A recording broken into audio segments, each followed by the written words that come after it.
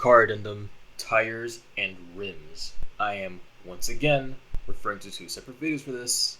The first is relatively quick. First, spawn a circle. The default is 32 vertices, and that's okay with me. What comes next was supposed to be symmetrical on 6 sides, but it ended up being 4. Here, I will take the time to design a piece of the tire rim. That is, selecting the vertices I only need, inverting the selections and then delete the rest, adding a mirror modifier, and then taking the time to design a piece of the rim. That's right, just a piece, because that's all you really need.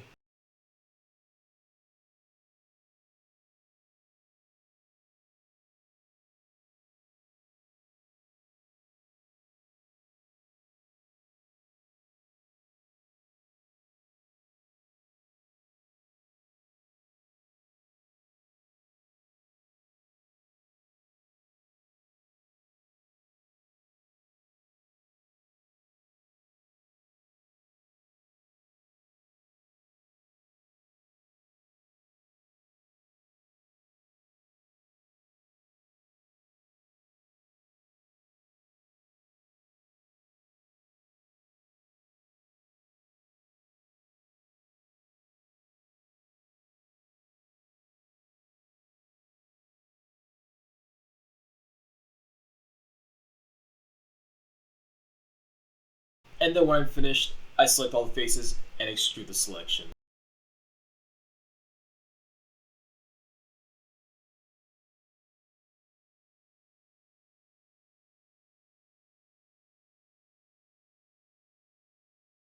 Array modifier, as is, it will only array in straight line. But we're about to fix that. Spawn an empty, you don't need to shrink it down, but I did. If you did, apply the scale. Otherwise, this is just going to go horribly wrong. Uncheck whatever offset you have. Could be relative, could be absolute. Relative is the default. Instead, choose object offset. Either choose the empty from the drop-down list, or do what I did and use the eyedropper tool to directly select the empty from either the scene collection or the 3D viewport. You will find it instantly works. Only that, the rim would rotate the wrong way. The easiest way to fix this is to apply the rim's rotation.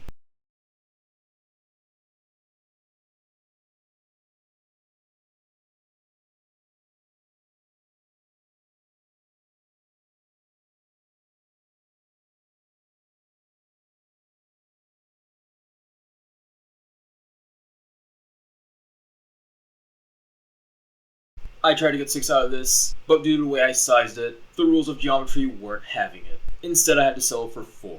And with 360 degrees to work with, 36 divided by 4 being 9, means I had to rotate the empty, and total means I had to drop the array count down to 4 instead of 6, and rotate the empty by 90 degrees in either direction.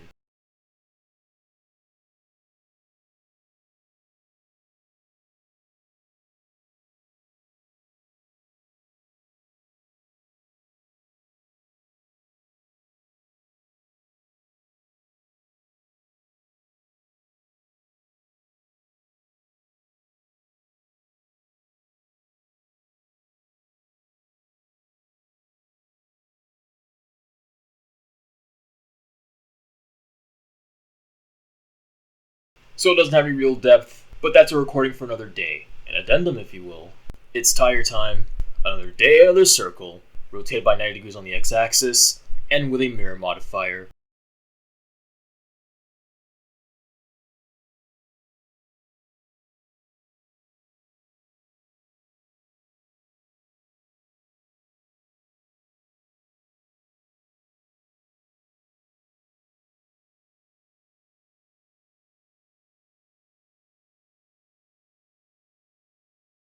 As a reminder, something I forgot. Since I rotated the circle in object mode, the mirror modifier is actually doing its job, just I forgot to apply the circle's rotation first, and this all could have been avoided if I had rotated in edit mode.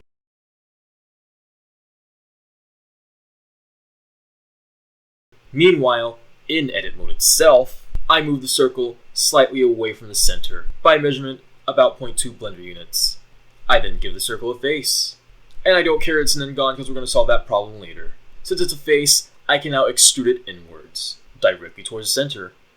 With clipping enable, I forgot to mention that. But don't worry, you can enable clipping right after, and just pull the center vertices towards the center, and then focus on the outer vertices. Oh, and delete the outer face. From then on, the first 2 times, that is, the first two rows of faces, are extruded away from the center by 0.2 blender units in my case. The next one's 0.1 blender units, and then I scale the edge inward.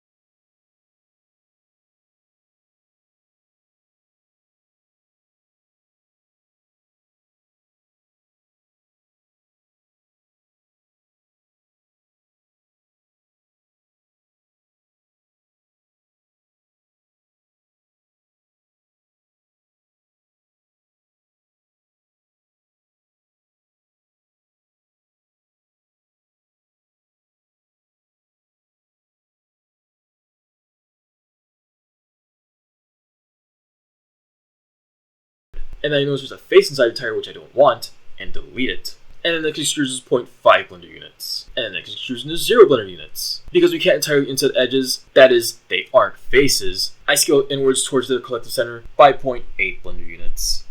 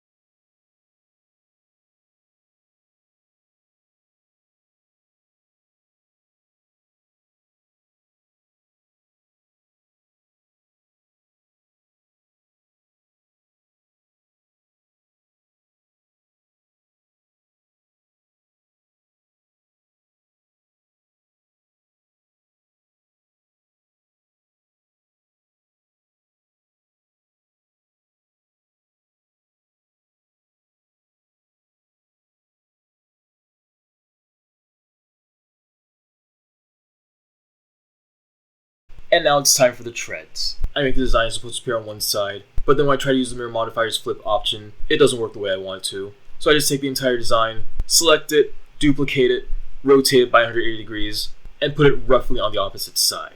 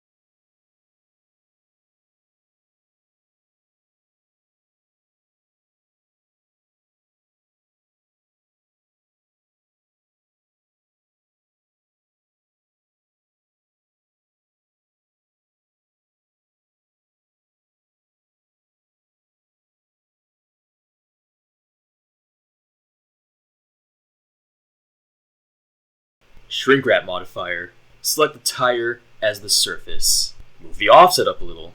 That way it's not directly on the tire's surface, and you don't get any Dragon Ball Z fighting as a result. I'm going to cut the video here, but all that matters is I extruded the faces outwards to give it some depth, but realized it could only work inwards, not outwards, because, well, shrink wrap, and I can't vertex group my way out of this one.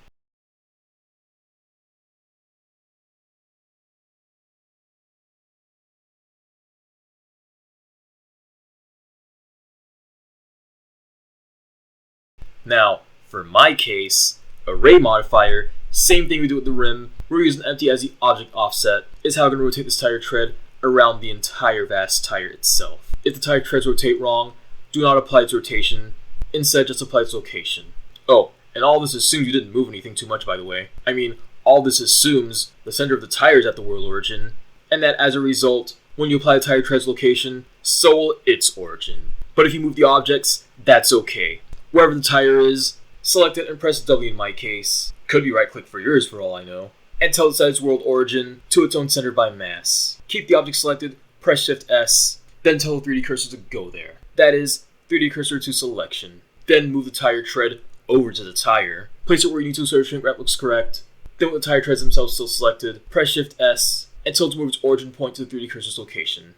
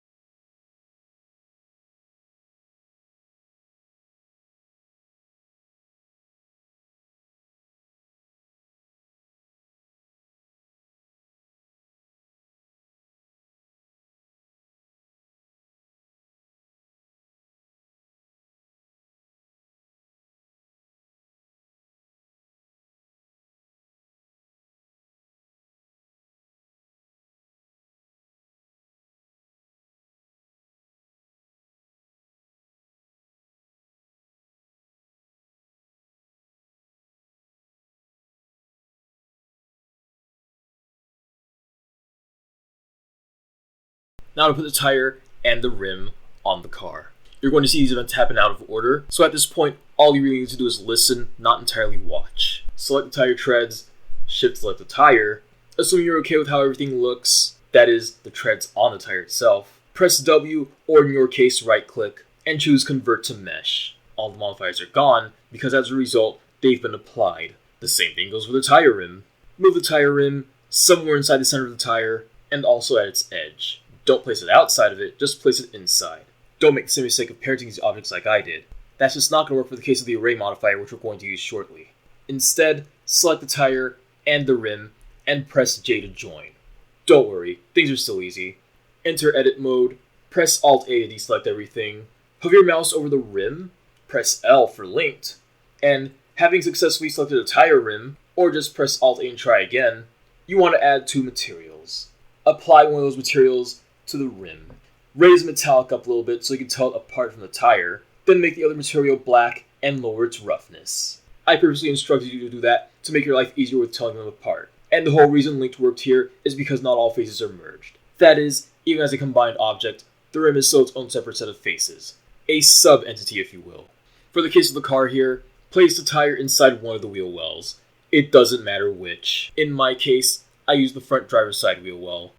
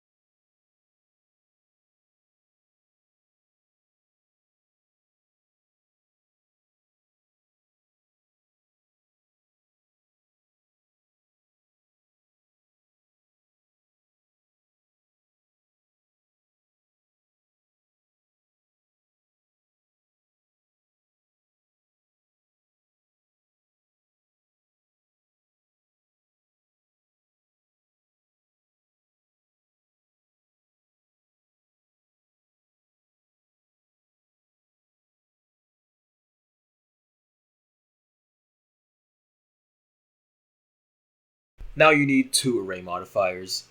The first one is to simply duplicate the tire to the opposite side of the car. You'll have to take the time to figure out which axis it is, but in my case it was X. The second array modifier, stacked underneath the first, is to send those two tires to the back of the car. You're going to have to figure out the distance here. As for each person building a car, the numbers might be slightly different for them, but in my case, the axis was Y.